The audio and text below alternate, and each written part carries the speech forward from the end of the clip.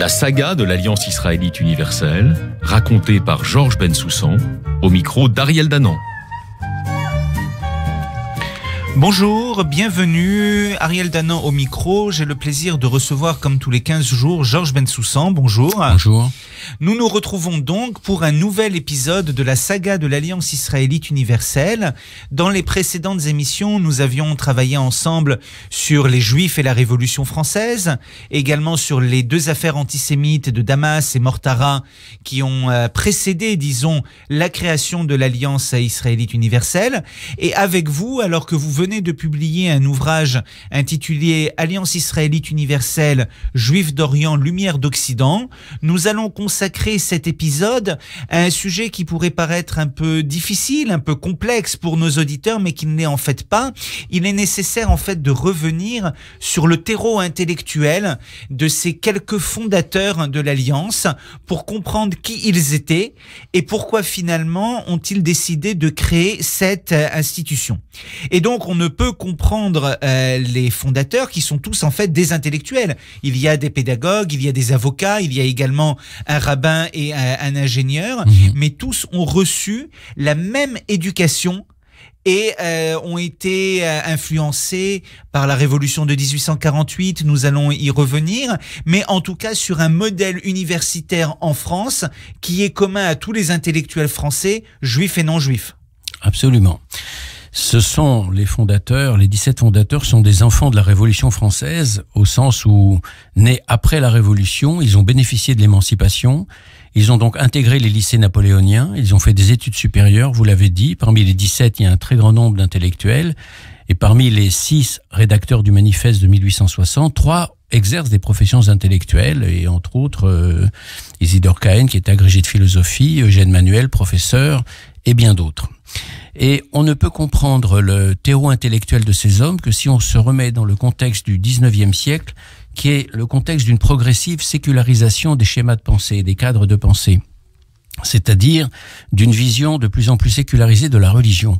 La Bible vue ou lue plutôt comme un livre d'histoire, c'est l'héritage de la Wissenschaft des Judentum allemande du début du 19e siècle, c'est l'héritage aussi à certains égards de la Haskalah, et ça se répercute également dans le domaine non juif, puisque il faut souligner, marquer comme d'une pierre blanche la publication par Renan en 1863 de sa vie de Jésus, et c'est dans la foulée de ce regard nouveau sur la religion comme objet d'étude qu'est fondée en 1879 la chaire de l'histoire des religions au Collège de France, et aussi dans cette même foulée qu'est fondée à l'École pratique des hautes études la 5e section dédiée à l'histoire des religions. Alors, sur ce plan-là, on peut dire que ces hommes qui incarnent un judaïsme libéral très marqué par l'enseignement des Lumières vont essayer, ça c'est une idée fondatrice, qui est l'idée directrice finalement de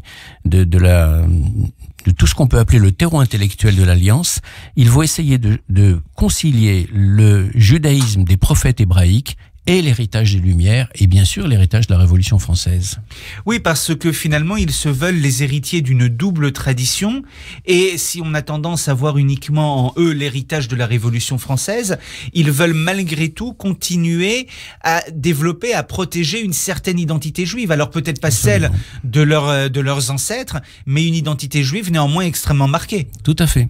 C'est exactement ça. Ils veulent moderniser l'identité juive. Ils veulent de plus en plus séculariser le regard porté sur le judaïsme, mais sans jamais renier leur identité juive et même y compris leur foi juive. Ils veulent d'une certaine façon franciser l'héritage juif et établir cette idée que l'enseignement des prophètes se retrouve dans la Révolution française et qu'à certains égards, la Révolution française et le siècle des Lumières ne font que continuer l'héritage mosaïque. Autrement dit, que le judaïsme n'est pas une foi obsolète, mais qu'au contraire, le judaïsme trouve un regain de modernité dans le siècle des Lumières et dans son accomplissement politique et la Révolution de 89, la Révolution de 1830 et surtout la Révolution de 1848, parce que ces hommes sont des contemporains de la Révolution 48 à laquelle ils ont participé. Et alors, vous l'avez dit, ça c'est très important, ils veulent à la fois revendiquer leur singularité juive, ils ne veulent pas la dissoudre, mais en même temps, ils veulent une intégration complète dans la nation française. Ils veulent le mariage, si on veut, du trésor des aïeux et en même temps de la modernité émancipatrice qui est la leur. Ils sont à l'origine de ce qu'on appelle le franco-judaïsme.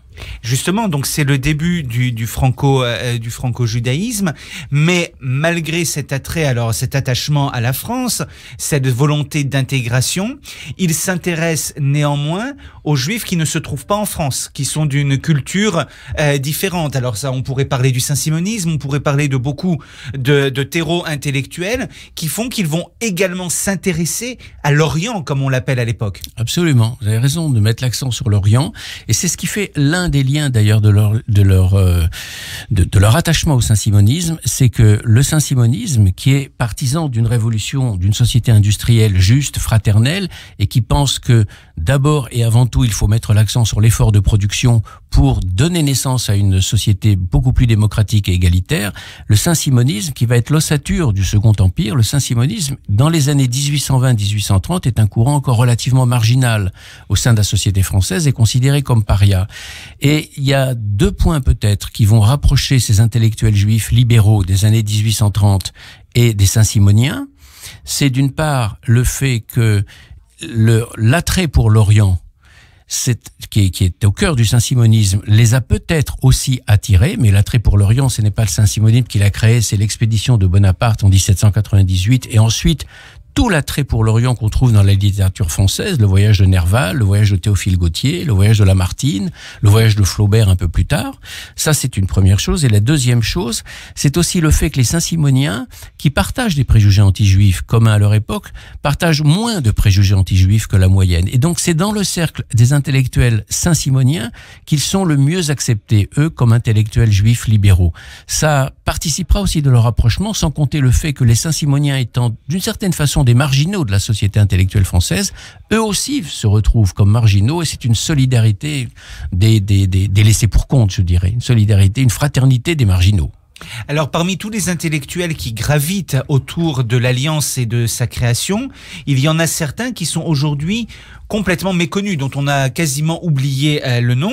L'un d'entre eux, c'est Joseph Salvador, qui pour vous représente néanmoins un personnage important. Absolument. C'est le paradoxe, c'est que lorsqu'on se penche sur ces fondateurs de l'Alliance et sur cette vie intellectuelle juive du premier 19e siècle, jusqu'en 1860, disons à peu près, on ne peut pas ne pas rencontrer le personnage de Joseph Salvador. Joseph Salvador, c'est un intellectuel d'origine séfarade, qui est né en France en 1796, qui meurt en 1873, et qui exerce une influence capitale sur toute cette jeunesse intellectuelle des années 1820, je dirais au moins 1850-1860. Et tous ces hommes-là ont lu. Ils ont lu en particulier le grand livre de Salvador, il y en aura d'autres, mais celui-là, il aura plusieurs éditions, il sera constamment remanié et réédité. Loi de Moïse, je cite, ou système religieux et politique des Hébreux. Quelle est l'idée centrale chez Salvador? C'est que les institutions de la République des Hébreux ont été une source d'inspiration pour les hommes de la Révolution française. Et donc, si on fait des lois de Moïse, l'antichambre du saint-simonisme et l'antichambre du libéralisme politique du 19e siècle, eh bien, on en déduit que la présentation péjorative du judaïsme qui a été la règle durant des siècles et des siècles de christianisme, cette présentation péjorative est totalement obsolète, elle est totalement caduque. Le judaïsme est une foi moderne qui s'intègre complètement dans cette société moderne voulue par les Lumières, le saint-simonisme et les révolutions de 1789 et 1830. Et sur ce plan-là, on peut dire que Salvador va réhabiliter le judaïsme aux yeux d'un grand nombre d'élites qui savent combien forte la persécution et le mépris intellectuel qu'on leur voue. Et cette réhabilitation du judaïsme, elle passe par cette idée que d'une certaine façon, la Révolution française annonce les temps messianiques que les prophètes hébraïques nous annonçaient il y a plus de 20 siècles de cela.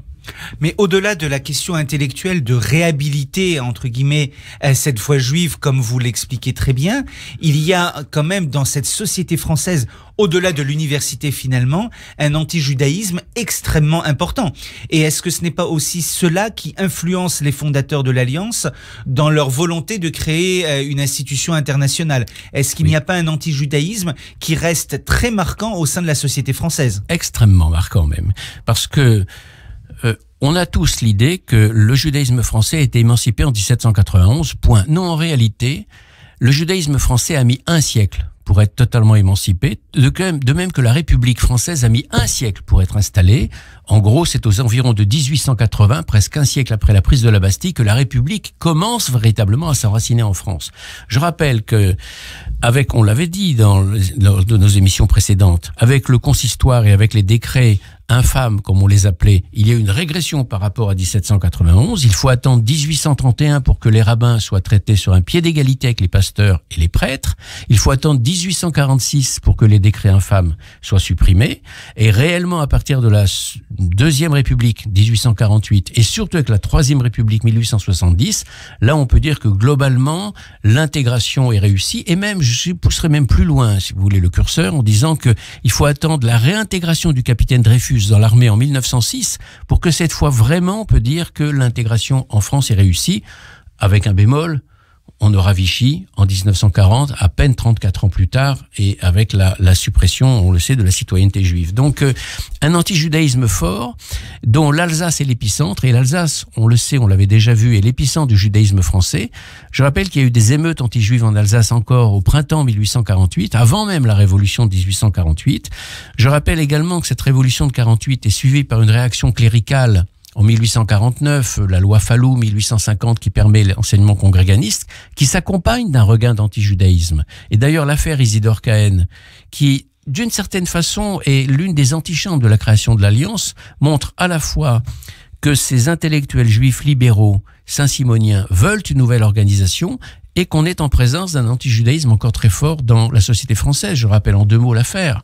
Isidore Cahen, normalien, agrégé de philosophie, brillant agrégé de philosophie même, est nommé en Vendée pour son premier poste en philosophie, et à peine est-il nommé en Vendée que l'évêque de Vendée se plaint auprès du ministre de l'Instruction publique pour une nomination, 1, sur un poste de philosophie, et 2, un juif dans un département, dans une région aussi catholique. Et que fait le ministre de l'Instruction publique? Il s'exécute. Et il déplace Isidore Cahen en Touraine, et non pas sur un poste de philosophie, mais sur un poste de lettres. Isidore Cahen refuse.